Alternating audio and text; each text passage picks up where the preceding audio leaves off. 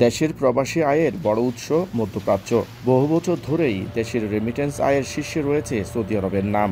বাংলাদেশি অভিবাসী শ্রমিকদের প্রধান বাজারও ছিল দেশটি।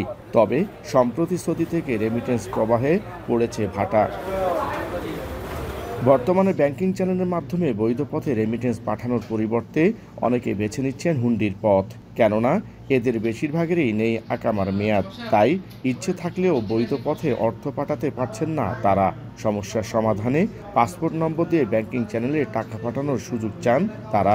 যদি পাসপোর্টের মেয়াদ দিয়ে রেমিটেন্স পাঠানো যায় এমন কোনো ব্যবস্থা থাকতো তাহলে আমাদের অনেক উপকার হতো।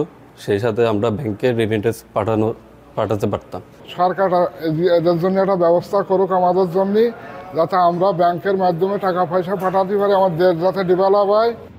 এছাড়া অবৈধ প্রবাসীদের বৈধ করতে রিয়াদের বাংলাদেশ দূতাবাস ও সৌদি সরকারের মধ্যে কূটনৈতিক তৎপরতা বাড়াতে বাংলাদেশের অন্তর্বর্তী সরকারের হস্তক্ষেপ কামনা করেন প্রবাসী বাংলাদেশিরা।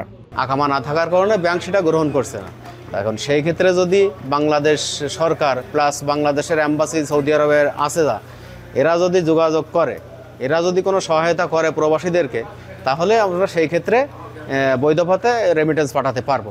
সৌদি সরকারের সাথে বৈঠক করে যদি এদেরকে বৈধভাবে করা হয় তাহলে বাংলাদেশের রেমিটেন্স যাবে এবং রেমিটেন্সের বাড়বে।